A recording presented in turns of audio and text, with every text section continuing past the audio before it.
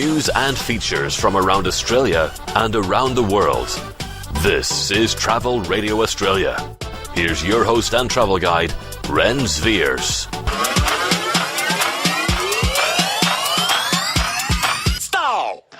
Welcome to the show. We have another edition of Destinations lined up for you. Destinations, an interesting topic related to travel, wining and dining.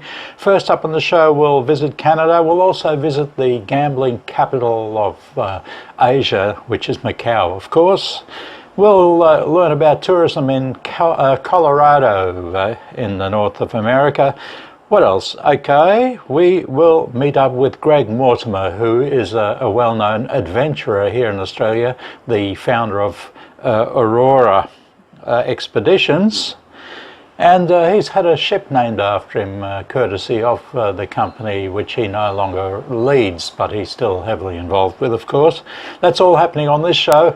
We'll start off the program right now with Geoff Harrison chatting with Maggie Bota White from Air Canada. Travel Radio Australia Radio and Television, and we're here in London at the World Travel Market, and I have Maggie Bota White from Air Canada, and welcome Maggie to the program. Well, thank you very much, Geoff. It's nice to be here again. World Travel Market obviously is a big part of our business here. We get to see a lot of people, and we've got such a great lot of information and new things happening at Air Canada as well, which is very exciting. Now, I believe there's some services coming out of Australia, which is very exciting, new ones, yes?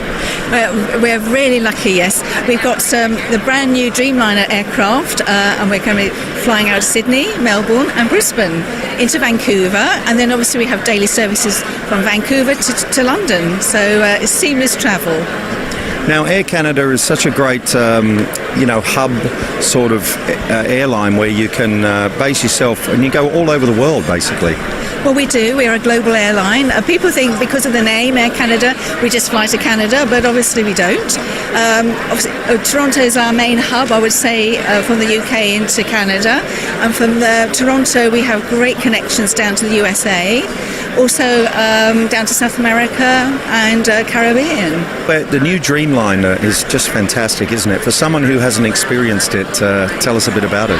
Well, I'm very lucky to have actually been on the Dreamliner a couple of times with Air Canada, and the new technology is absolutely fantastic. You come off and you feel quite refreshed because the quality of the air is excellent. The windows are bigger, higher ceiling, so you get a lot more light coming into the cabins, and there's a little bit more room for putting your suitcases up on the cabins as well above. And I believe even the economy experience is fantastic. Yeah, economy, never forget economy, of course. And we do have now 3 different cabins. We have economy, premium economy and business class. And I suppose the business class has the lovely lie-down seats, and you get your own little space. That must be terrific as well. We certainly do. Yes, we have the lie-flat beds, plenty of space to put all your glasses, cup of tea, drinks, notebook. It's fantastic. In fact, we are really lucky to have won an award from Skytrax as best airline in North America. So we're really proud of that. Now, I do believe that once you get into Canada, Air Canada takes all your domestic travel and makes it super easy. Well, yes, we like to make things nice and easy for the customer. So it's seamless travel, there's really good connections, and obviously it's important nowadays. Sometimes travel can be rather stressful, so some of the processes that we have now make that a bit easier for the customer. And Maggie, how can people find out more online? Well, we do have our own website, aircanada.com, or obviously people can go through the travel agents. Okay. Thank you very much, Maggie, for being on the program. Thank you very much, Geoff. It's been a pleasure. Geoff Harrison reporting for us there, speaking to Maggie Bota White from Air Canada. Next on the show, Arthur von Wiesenberger from Around the World TV in the US visited Macau, and he found it to be a real eye-opener in the Chinese-based city of Macau, where gambling reigns supreme. But it's got some other attractions as well. Here's Arthur's report.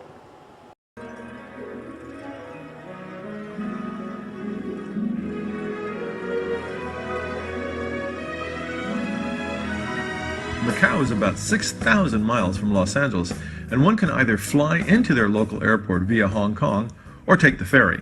Well, here we are on a turbojet. You can hear the jet taking off. This is made by Boeing, and I guess they got this from the airline business because you got your own seatbelt.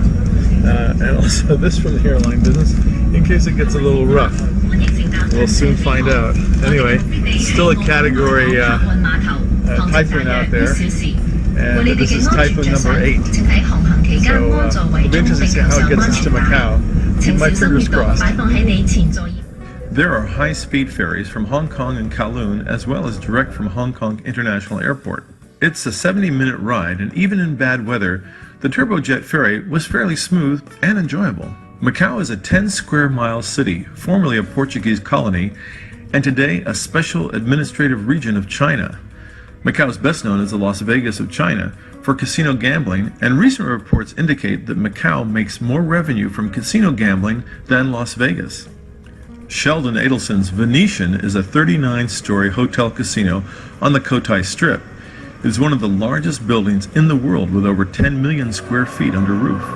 There are about 3,000 hotel rooms and suites, 500,000 square feet of casino, making it the world's largest casino, a spa, a plastic surgery, and medical clinic.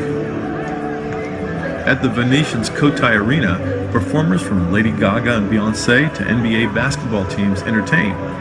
And at St. Mark's Square, singers, jugglers, and acrobatic dancers perform to the amazement of their Chinese visitors and their smartphone cameras.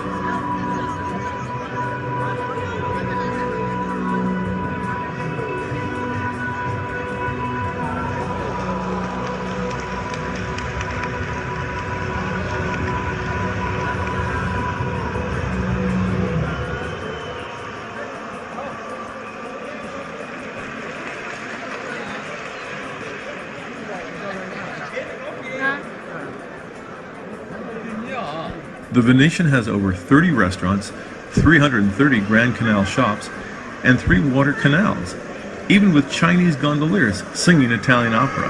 And if you haven't lost all your money in the casino, you can always toss a few of the remaining coins right down here in the Venetian Canal. Also on the Cotai Strip is the Wynn Palace, built in front of an 8-acre lake with dancing fountains like Bellagio in Las Vegas. One of the ways to get to the Wynn Palace is by boarding the aerial tramway, which glides above the lake past golden dragons. But unless you are a hotel guest, it's a one-way ride requiring the visitor to pay for the return trip or walk through the maze of shops and casinos.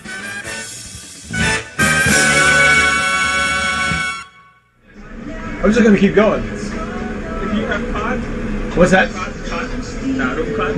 I don't have a room card. So I think you cannot. You must be. Oh, I have to come, get out and then start again? Yeah.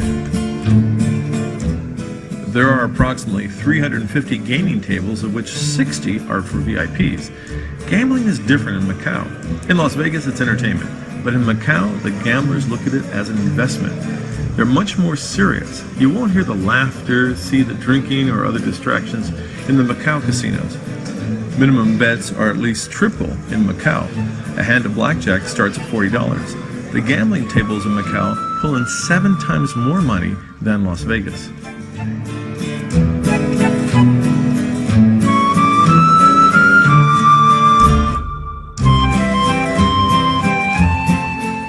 Also on the Cotai Strip is Adelson's newest casino resort, the Parisian. Centered in front of the 525-foot Eiffel Tower, which is half the size of the original one in Paris, there's a lift which takes guests up to an impressive view of the Strip and beyond. The hotel has 3,000 rooms and has extensive French architecture-inspired designs. There are mansard roofs, marble balconies, and even a replica of the Place de la Concorde with fountains.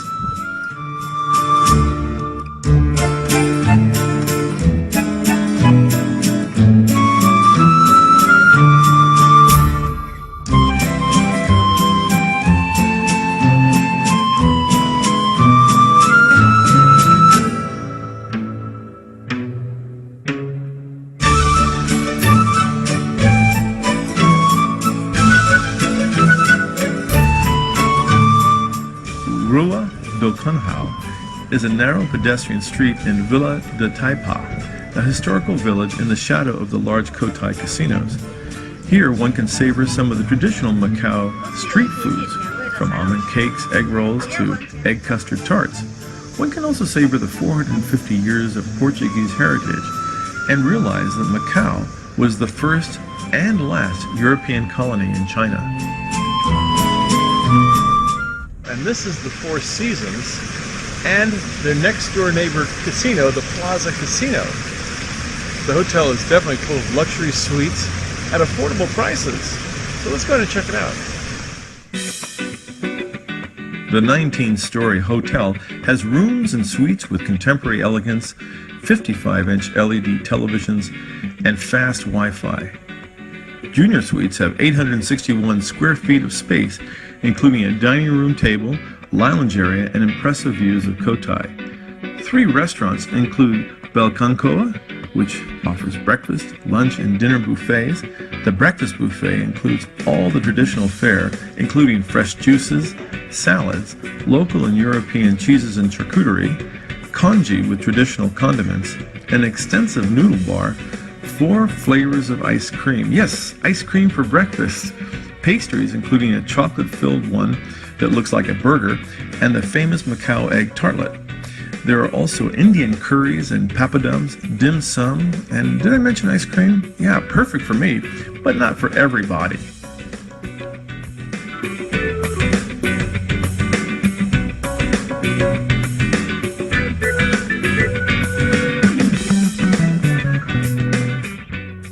From spectacular stores and exotic restaurants to luxury hotels and mega casinos, friendly staff and exciting attractions should help maintain Macau as something very unique in China for well into the future.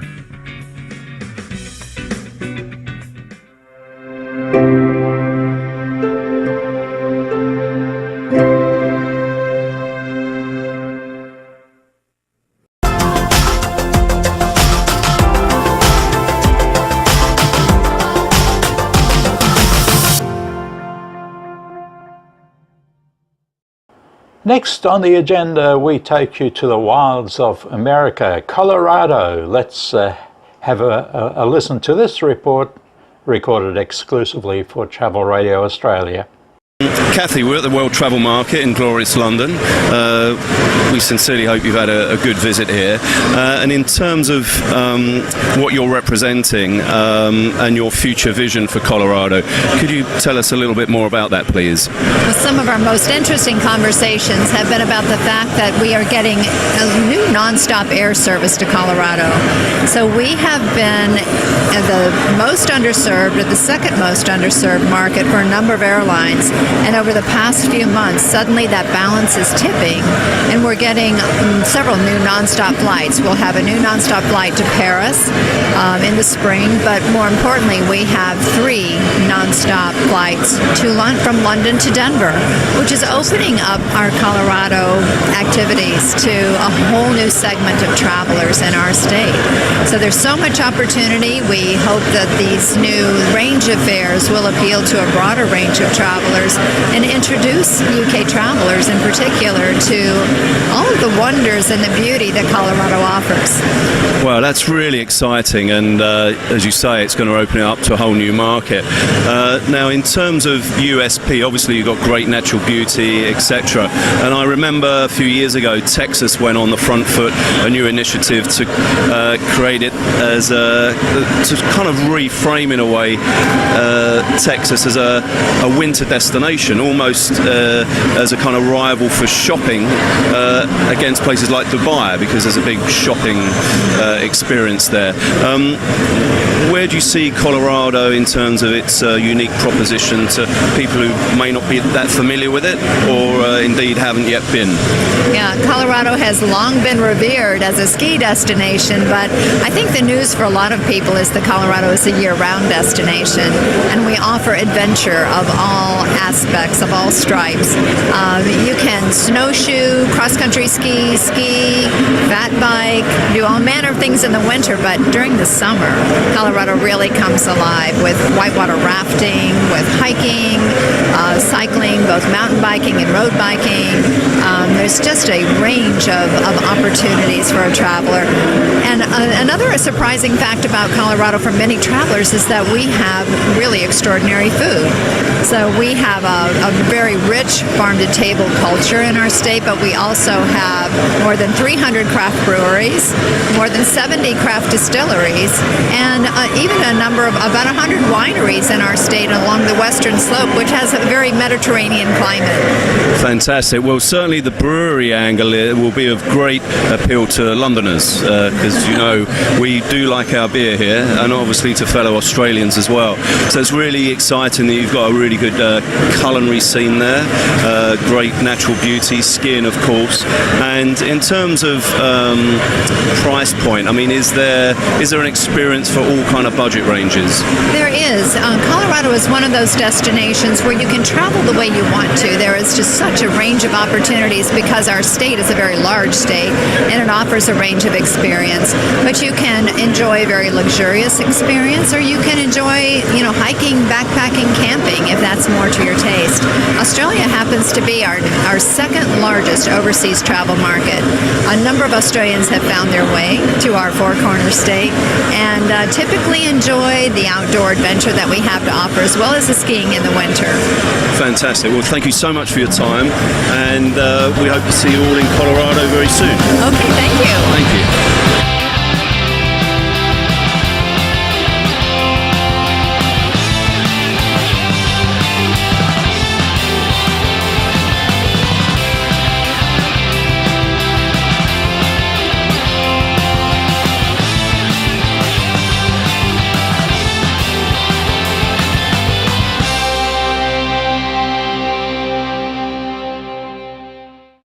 Colorado in the wilds of America, and we hope that report recorded exclusively for Travel Radio Australia whetted your appetite for visiting the US, and particularly that part of the United States.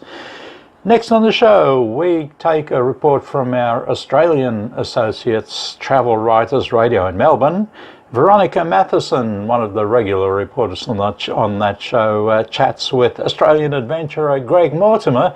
And Greg was the founder of Aurora Expeditions, and their latest ship is named after him. Greg, a big welcome to the show. My pleasure, Veronica. Thank you. Now, you were one of the first Australians to climb Mount Everest without oxygen. You've climbed other mighty mountains, and you've gone to many wild places. What drives you? Oh, to be honest, I've given up trying to figure it out.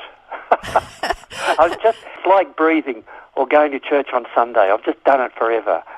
Since I was a kid, and I like it. It is. It's part of my. Maybe it's part of my DNA, but the variation in wild places and the excitement of its ever-changing nature, that's obviously of great appeal. Being in wilderness has its own great joys, and then I like standing on top of mountains. A little bit of a billy goat in me or something like that. But you've got a lot of courage to do that. I mean, to go up Mount Everest without oxygen, that would have been extraordinary.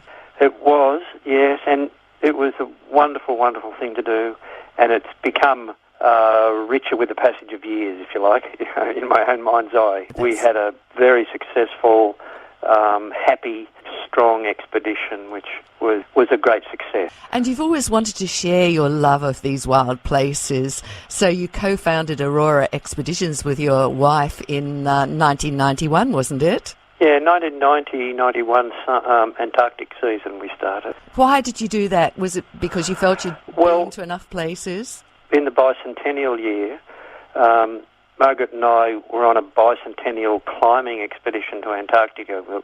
We sailed in a 20-metre yacht to Antarctica, and I thought it would be nicer to go on a more comfortable ship next time. And soon thereafter, I went on a tourist vessel of a friend, and I really like the combination of those beautiful wild places and seeing the responses from people as their eyes opened up to them when you're on a ship sailing into Antarctic waters. It's an extraordinarily strong and freeing experience. That's the spark of what we saw to start Aurora. Yes, I love that you named the company Aurora after Sir Douglas Mawson's ship Aurora. Was Mawson one of your heroes? I grew up, as we do in Australia, with stories of Mawson, and it's been a long-held childhood thing, really. And it's a nice thing about Australian school curriculum, given that we sit here facing the Southern Ocean, and Antarctica is the next stop to the south. We teach our children about that, and that's a lovely, healthy thing. And I think it's for everyone, it's a dream that you should get to Antarctica, but a lot of people say it's one of the last things you should ever do because it's just so stunning. Well, if it's not the last, you can always go back and keep going. Which is what you keep on doing. I've been every season, bar one, since 1990. Yes, I'm a recidivist. And now there's a ship that is being named the Greg Mortimer after you. How does that feel? Well, it's a great honour, of course, but it's cringingly embarrassing as well. Every time someone mentions the name of the ship and I'm nearby, I look around wondering what I've done wrong. It's a little weird. Obviously, somebody else suggested the name and you could do nothing about it. No, I protested for a while and then capitulated. I think it's a huge honour and it's so special for you. It is a great honour, and it's an extraordinary vessel. It has a very unconventional bow shape, which is radical. It's like an upside-down ship in the bow shape. It's a wave-piercing hull, so instead of bouncing over the waves of the Drake Passage, it cuts through the top of them, essentially. It's very innovative. It's a very, very comfortable modern vessel. But at the same time, I think Aurora is really keeping true to what we established in Aurora Expeditions. It's quite an earthy approach to being in the wilderness. The maiden voyage, when will that be and will you be going on it? Look, the offer's there to go on the first voyage, and it'll be at the end of 2019. No, the ship is just about to go into full construction now, if there's no delays. Yeah, mid-November 2019. I've got that time to think about whether to go on it or not. Where would it be to? To the Antarctic Peninsula. How much involvement do you still have with Aurora Expeditions, Greg? Margaret and I sold the company a number of years ago, but many of our close friends work in the company, so we've kept that involvement. But now with the development of the new ship throughout 2017, rekindled that strong connection, advising. Now, is there going to be sort of luxury on board and then it'll be wild when you get off the ship? Luxury. Look, it's luxury compared to the old Russian ice ships that we used to use, but it's an extraordinarily comfortable base for then going out in Zodiacs and going on shore on the ice in Antarctica. What sort of travellers are attracted to a voyage with Aurora? Aurora has always been quite adventurous in its approach, so we're not only just visiting the ice, visiting Antarctica or the Arctic, but taking those who want camping on the ice and climbing and skiing and snorkeling and diving as an ancillary component to a voyage, which has meant an enormous range of people, those who want simply the comfort of the vessel to travel to Antarctica, or those who want something more adventurous. Not so a huge range in the demographic and a huge range in age. You'd have to be reasonably fit, wouldn't you, to go on such a trip? Certainly, if you're being more vigorous physically, doing those things like I just said, like climbing or snowshoeing or so on, it needs a greater level of fitness, but in general not. Otherwise, if you're on the vessel and going out on the Zodiacs onto shore, it's not physically demanding. You need good general health, but that's about it. It's so volatile that you never know what to expect, so I can keep going back year after year and still not figuring it out, if you like. Do you still lead the expeditions sometimes? Yep, I'll be off to Antarctica in a couple of weeks for a month. And where are you going this time? To the Antarctic Peninsula again, and it's something you may have come across because it's a Melbourne-instigated, very interesting project called Homeward Bound. Ah, yes. Which is taking a group of approximately 80 lead women scientists from around the world into the Antarctic environment, not to do science, but to work on their skills as leaders of today and tomorrow. So it's a fascinating project. And I think they'll learn a lot from you, Greg. The most they learn is from each other, from what I saw last year. But yes, look, Antarctica's my playground, so I've got that advantage. That's wonderful. Now, is there any adventure you still want to do? Oh, yes, there's no end to those. Funnily enough, Margaret and I are more and more drawn into the deserts in Australia in recent years, but there's large parts of Greenland we still want to see. There's large parts of the American Arctic, Canadian Arctic. There's no end to it. Do you find that actually on the ships, on, say, one of the Aurora ships, when you're leading an expedition, that there are a lot of people who are a little nervous about going, but by the end of the adventure, they're as happy as everyone else? Very much so. That's a really good question, Veronica, because very often there's a reasonable level of trepidation on a voyage, not just with a few people, but with quite a few people, because it's such an unknown. But as the days go by, they engage with the place, and then the energy of the rest of the vessel, of their travelling companions, plays out with them as well. So it's quite fascinating, actually. In fact, some of those people that were the ones that were really nervous to start with are probably the ones who become addicted and do repeat journeys.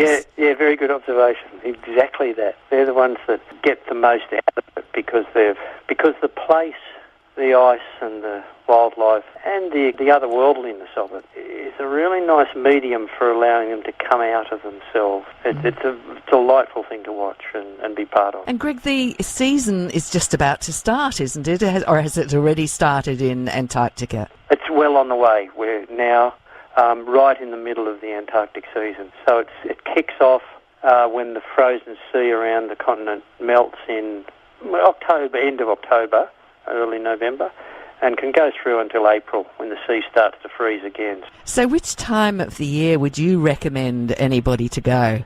I don't think there's any one part of an Antarctic season, our summer, which is better than the other, because there's so much going on throughout the summer. For example, in the early season, there's still the deep white of the winter there with a lot of snow, and the penguins are just busily coming on shore and laying their eggs, and then in the middle of the season the chicks are there and they're busily running around like crazed teenagers, and the end of the season there's more whales around. There's great variation. I know we've talked a lot about Antarctica, but Aurora, just to mention, does actually go to other places, doesn't it? To the Galapagos, the Kimberley. Very much so. Yeah, very much so. Patagonia, Papua New Guinea, and the Russian Far East, exactly. Yeah. Up into the Arctic Ocean. And so the Aurora vessels are travelling between the Antarctic in our summer and the Arctic in the European summer, and then places in between during the year. Now, with the new vessel, that's going to open up terrific opportunities along the South American coast, for example, perhaps into the Amazon again, up onto the western coast of Africa, probably. So a whole new chapter. Greg, thank you so much for your time. No, thanks for your interest. It's marvellous. Veronica Matheson from Travel Writers Radio taking out the program this month. Hope you enjoyed all the contributions. And who were the contributors? Well, we had Geoff Harrison, of course, our regular. We had Arthur von Wiesenberger, who's also a regular and the host of Around the World TV, which is based in Santa Barbara. We also had Veronica Matheson from Travel Writers Radio in Melbourne. Thank you to all these people and everybody else who appeared on the show. We'll do it all again next month with a brand new edition of Travel Radio Australia. Until then, I'm Ren Sweers, wishing you all happy trails.